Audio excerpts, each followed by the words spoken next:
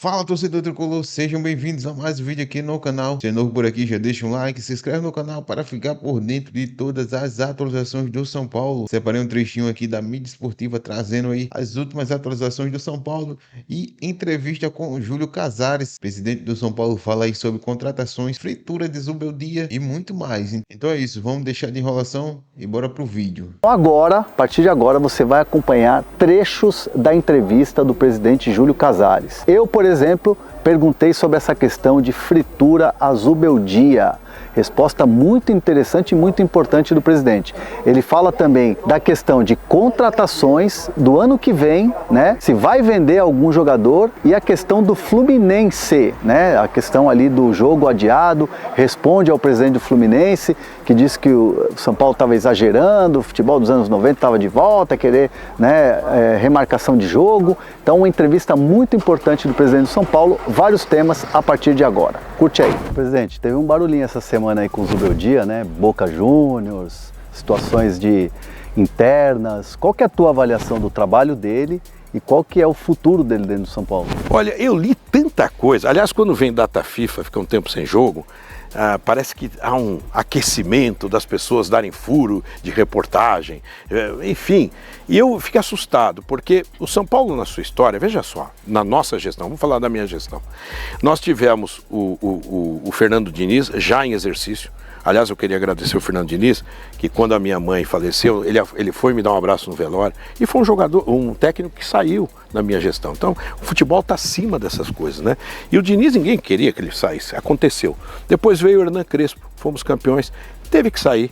Depois veio o Rogério Ceni, tudo muito discutido, vocês conhecem os profissionais que estão na Barra Funda, o Muricy Ramalho, tudo discutido. E veio o Dorival Júnior, que saiu por um convite da CBF. O Carpini passou, realmente, porque antes nós estávamos atrás do Zubeldia, o Zubeldia não podia ter vindo, e agora o Zubeldia. Não há nenhum tipo de problema. Quando eu vejo, entre aspas, fritura, nós não comemos muita fritura porque o Dr. Howie proíbe. O que não existe na nossa prática é fritura de profissional. Existe diálogo, existe verdade, e nós estamos felizes, não é porque perdeu uma classificação está tudo errado. E às vezes também quando ganha não está tudo certo, não.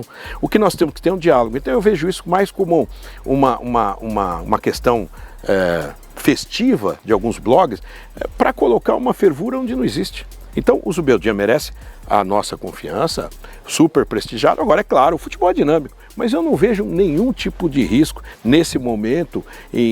Está trabalhando, está indo para Cuiabá, pena que eu não posso ir, mas está tudo normal. É que eu vejo, me surpreendo com essas notícias. E não dá para a gente ficar ligando para... Hoje, antigamente eu sou de um tempo, acho que o Edu também é mais experiente nesse ponto, que nós tínhamos 8 veículos de televisão, algumas emissoras de rádio. Hoje nós temos mais de 2.000 veículos. Um blogueiro é um veículo, seja do tamanho que for, seja da qualidade que for, e tem aqueles extremamente mais, vamos chamar assim, blogueiro raiz, que tem esse cuidado com a apuração da notícia. Então não temos nenhum problema. E eu tenho uma questão que eu falo lá dentro do São Paulo, ou no Morumbis, ou nos CTs da Barra Funda, ou aqui, dizendo o seguinte: nós fazemos nosso trabalho de dentro. Não nos importamos com o que acontece fora, porque você não pode ficar desmentindo, você vai ficar o dia inteiro falando, isso não existe, isso não existe. E é engraçado que as pessoas às vezes colocam coisas que não é a verdade. Então nós estamos tranquilos, o Zubeldia está trabalhando, acabou de viajar, falei com ele hoje de manhã, está trabalhando com a sua comissão técnica. Agora, a avaliação no futebol é constante, a gente sempre a cada segunda-feira faz uma avaliação da dinâmica. Hoje o futebol ele merece um entendimento, porque você tem jogadores que estão dentro de um planejamento, tem a contusão. Veja, esse ano nós perdemos o Pablo, o Alisson, o Ferreirinha, jogadores que estavam encaixados no sistema. Nós lamentamos, por os outros clubes perderam também, o Flamengo perdeu o Pedro, perdeu o Cebolinha, o Arrascaeta por um tempo, todos perdem. Então nós temos que olhar isso com tranquilidade e sempre discutindo internamente. Quando a conversa é no campo externo, a gente fica tranquilo, porque 99% de não ser verdadeiro. Olha, a venda de jogador sempre é uma questão de mercado, né? Vocês viram o Diego Costa, teve uma boa negociação, e depois vieram jogadores, o Juan e outros jogadores, o Sabino, que foi contratado, compondo aquela faixa. Tem o Igão, que é da base, que treina lá. Então é uma movimentação que faz parte. Mas no nosso plano financeiro, como esse ano ainda nós vamos atingir um déficit, porque está dentro do planejamento, nós vamos ter um compromisso de atingir o faturamento superavitário um resultado superavitário em 25. Então eu acredito que se houver alguma proposta ainda boa esse ano, será analisada. Mas nós devemos pensar nisso a partir de janeiro de 2025. Eu vi a declaração do Mário Bittencourt, que eu reputo um amigo, eu gosto dele como dirigente, mas eu acho que ele errou, ele derrapou, né? Porque se a gente voltar para os anos anteriores, a gente pode observar que teve times que subiram para a divisão especial, passando por cima da regra que foi estabelecida dentro do campo. Isso sim é voltar anos atrás. O que nós temos é trabalhar de acordo com o que a lei nos permite. O São Paulo está lutando porque foi um erro tão claro de direito que tem que ser discutido. Ou se não for discutido e não for decidido, nós vamos recorrer a qualquer decisão, vamos anular essa cláusula. Porque se tem um erro de direito tão claro, tão demonstrado como prova e ele não for analisado, para que existe, né, homens sérios que estão no STJD para definir isso? Então é melhor extirpar esta cláusula. Gente, acaba com o erro de direito, ela nunca será colocada em prática. Se tem algum previsto na lei e você, como parte, leva isso a exercício, e aí todo mundo fala, mas isso pode ser um mal para o futebol, então tira a cláusula, ela não é mais exequível. Mas eu vejo o Mário Bittencourt como uma grande liderança. O Fluminense, quando foi campeão da Libertadores e nós da Copa do Brasil, trocamos faixas, comemoramos. Eu acho que ele derrapou.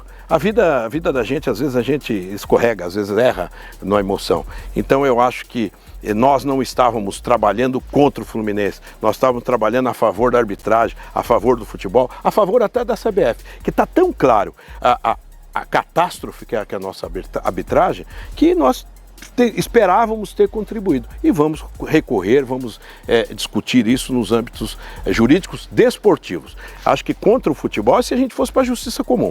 Dentro do âmbito esportivo, porque existe tribunal, STJD. É para ser exercido. Então nós não vamos mais recorrer a nada porque é mal para o futebol. Seria mal para o futebol ir para a justiça comum. Isso é levar o futebol para os anos 70, 60, 80. E também inverter resultado que deu no regra do jogo, onde você cai para outra divisão, depois você sobe.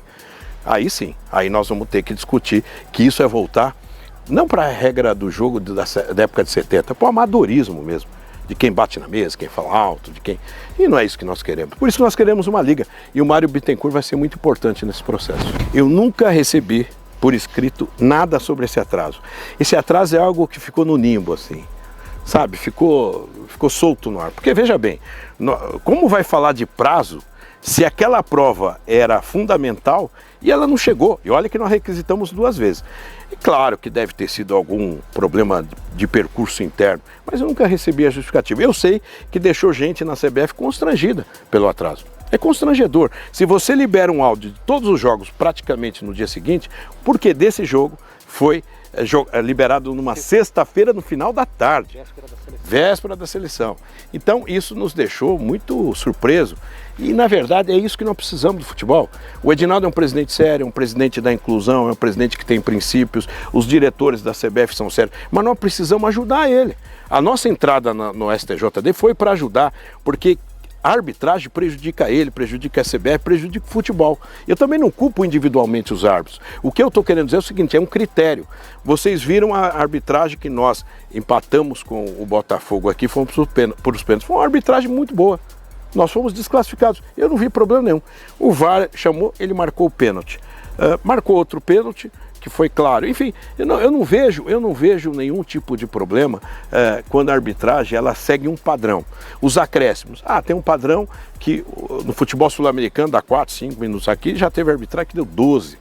Então nós precisamos só estabelecer também a interferência do VAR, se é excessivo ou não. Nós queremos o melhor. E a posição do São Paulo, ela é clara, ela é a favor do futebol. E aqui na Liga, se a gente, se Deus quiser, prosseguir na unificação, nós vamos contribuir.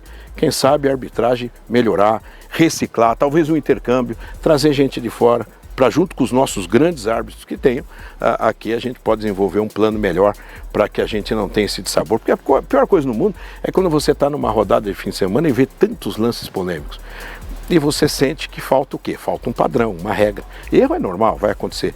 Mas hoje o VAR ele pode suprimir esses erros. E nós estamos vendo em alguns casos que o VAR interfere e potencializa o erro. Ou também, como foi no caso lá contra o Fluminense, que o VAR chamou, colocou claramente e o árbitro chamou para si aquele erro. Aí depois veio atrás do vídeo, então. Então é uma coisa que no mínimo é muito polêmica, muito estranha, e nós estamos cumprindo o que a lei nos autoriza, dentro do regulamento das competições, postular e recorrer qualquer, porventura, decisão que nos contrarie. Mas nunca contra a instituição Fluminense ou contra a instituição CBF, a favor do futebol, a favor da arbitragem. Então é isso aí, torcedor tricolor. Se gostou do vídeo, deixa o like, deixa um comentário, se inscreve no canal. Vou ficando por aqui e até a próxima. Valeu!